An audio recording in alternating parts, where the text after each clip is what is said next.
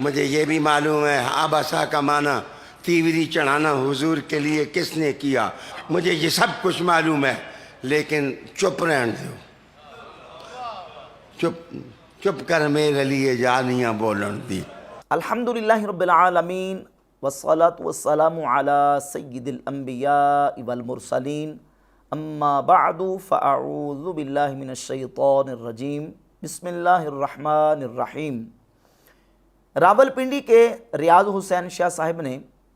اعلیٰ حضرت امام احمد رضا خاں محدث بریلی علیہ رحمہ کے ترجمہ قرآن کنز الایمان شریف پر 3 اعتراضات کیے تھے، جن کے بحمد اللہ تعالیٰ ہم نے معتبر اور مستند کتب تفاسیر کے حوالہ جات کی روشنی میں دلائل کے ساتھ جوابات دیے۔ ان اعتراضات میں سے ایک اعتراض انہوں نے یہ کیا تھا کہ مجھے یہ بھی معلوم ہے کہ تیوری چڑھانا حضور کے لیے کس نے کہا۔ دراصل یہ اشارہ ہے قرآن مجید کے 30ویں پارہ کے اندر 80 نمبر سورہ عبس و تولی کی پہلی آیت کے ترجمہ کی طرف،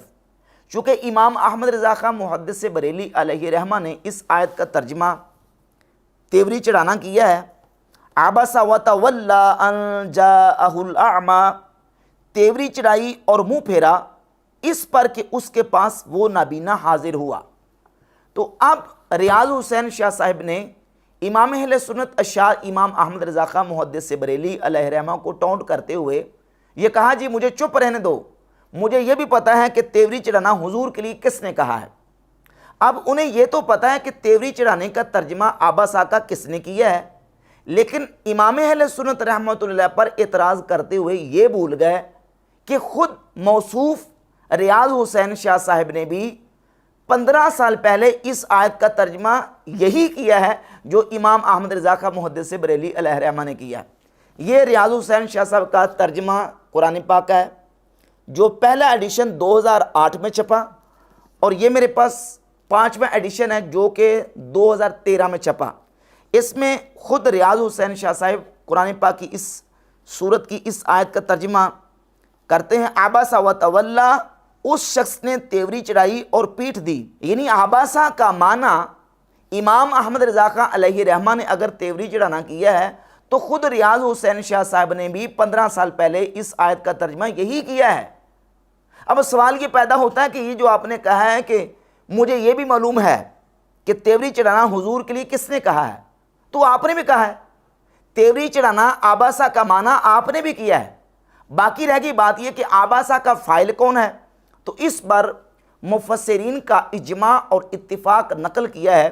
امام فخر الدین رازی نے تفسیر کبیر کے اندر۔ اسی آیت کی تفسیر میں امام فخر الدین رازی تفسیر کبیر میں لکھتے ہیں، المسئلۃ الثالثہ اجمع المفسرون علی ان الذی عبس و تولی هو الرسول علیہ الصلاۃ والسلام۔ فرماتے ہیں کہ مفسرین کا اس بات پر اجماع ہے، کس بات پر؟ ان الذی عبس و تولی، کہ جس نے تیوری چڑھائی اور منہ پھیرا وہ کون ہے؟ هو الرسول علیہ الصلاۃ والسلام۔ اس میں عباسا کا فاعل رسول اللہ صلی اللہ علیہ وآلہ وسلم کی ذات اقدس ہے۔ وَأَجْمَعُوا عَلَىٰ أَنَّ الْأَعْمَى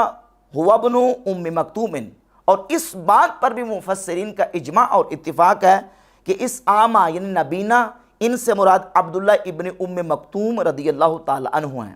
تو اس بات پر مفسرین کا اجماع اور اتفاق ہے کہ اس میں آباسا کی نسبت رسول اللہ صلی اللہ علیہ وآلہ وسلم کی ذات اقدس کی طرف ہے، اور امام اہل سنت اشاعرہ امام احمد رضا خاں محدث بریلی علیہ رحمہ نے جو ترجمہ کیا ہے اس آیت کا وہ مفسرین کی تفاسیر کے بھی مطابق ہے، اور اس پر احادیث اور روایات بھی موجود ہیں، اور اس تفسیر کے اوپر اہل سنت و جماعت کے مفسرین کا اجماع ہے کہ اس میں آباسا کی نسبت رسول اللہ صلی اللہ علیہ وسلم کی ذات اقدس کی طرف ہے۔ اور اہل تشیع کی جو قدیم تفاسیر ہیں ان میں سے یہ تفسیر قمی ہے۔ علی بن ابراہیم القمی یہ 2ری صدی کا شیعہ کا مفسر ہے۔ تفسیر قمی میں آباسا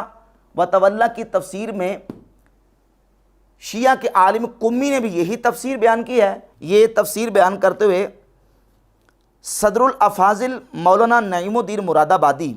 علیہ رحمہ اسی آیت کی تفسیر میں حاشیہ خزائن العرفان میں لکھتے ہیں کہ شان نزول نبی کریم صلی اللہ علیہ وآلہ وسلم عتبہ بن ربیعہ، ابو جہل بن ہشام اور عباس بن عبد المطلب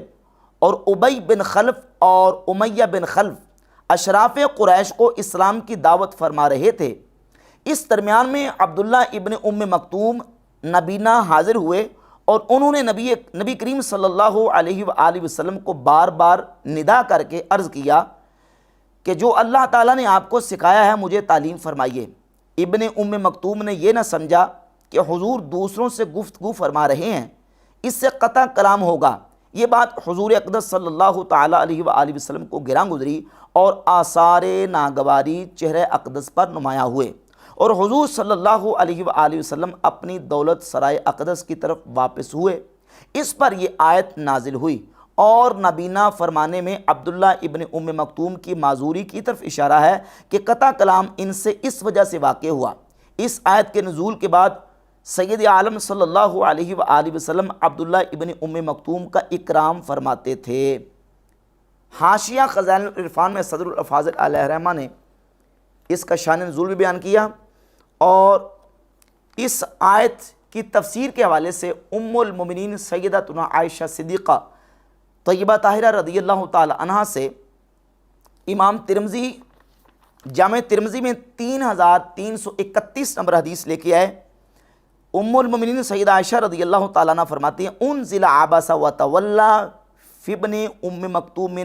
الاعمى، کہ یہ صورت عبس وتولی عبداللہ ابن ام مکتوم رضی اللہ تعالیٰ عنہ کے بارے میں نازل ہوئی۔ عطا رسول اللہ صلی اللہ علیہ وآلہ وسلم